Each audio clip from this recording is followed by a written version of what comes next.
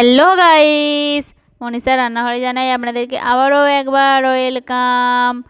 লোকের জমি থেকে বেশ কিছুদিন আগে দুটো ভুট্টা চুরি করে এনেছিলাম এবং ফ্রিজের মধ্যে রেখেছিলাম। তো ভাবলাম আজ সেটা দিয়ে মশলা কর্ন বানাই।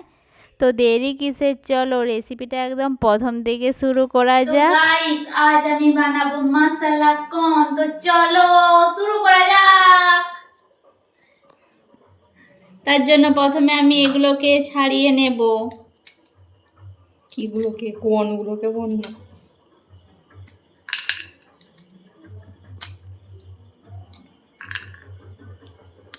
লোকের জমি থেকে চুরি করে আনা, শুকনো হয়ে গেছে, ফ্রিজে রেখে রেখে পরে ভিডিও করে খাচ্ছে। পেট খারাপ করবে না গাল দিলে। তার জন্য সবার প্রথমে ভুট্টার দানাগুলোকে এইভাবে ছাড়িয়ে নেব। এরপর এগুলোকে বয়েল করার জন্য সবার প্রথমে আমি গ্যাসটা অন করে দেব। তারপর এইখানে নিয়েছি একটা পাত্রে জল।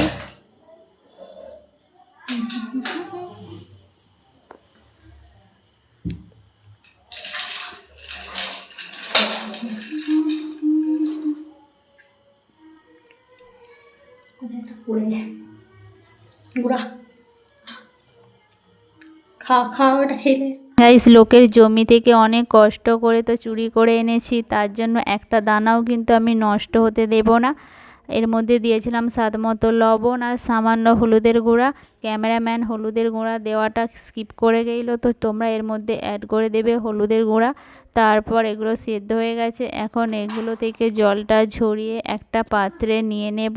তারপর এর মধ্যে অ্যাড করব কিছু মশলা, যেমন চিলি ফ্লেক্স, স্বাদ মতো বিট লবণ, আর লবণটা অতি অবশ্যই তোমাদের স্বাদ অনুযায়ী ব্যবহার করবেন। আর দিয়েছিলাম অল্প করে কাশ্মীরি লঙ্কার গুঁড়া। তারপর এর মধ্যে দেব চাট মশলা, আর এই চাট মশলাটা দেওয়ার ফলেই কিন্তু এর টেস্টটা আরও দ্বিগুণ বেড়ে উঠবে। অতি অবশ্যই কিন্তু এই চাট মশলাটা ব্যবহার করবেন। আর দিয়েছিলাম অল্প করে লেবুর রস। গাইস, আমাদের গাছের লেবুগুলোর এখনও ঠিকমতো রস হয়নি, কিন্তু বহুবার ধরে ঝড় আসার কারণে বেশ অনেকগুলোই লেবু কিন্তু খসে পড়ে গেছে। লেবুর রস দেওয়ার পর এর মধ্যে দিয়েছিলাম 1 চামচ বাটার। ফ্রিজে রাখার জন্য দেখ কেমন হয়ে গেছে ঠিকটা। ডেট কিন্তু ঠিক আছে গাইস।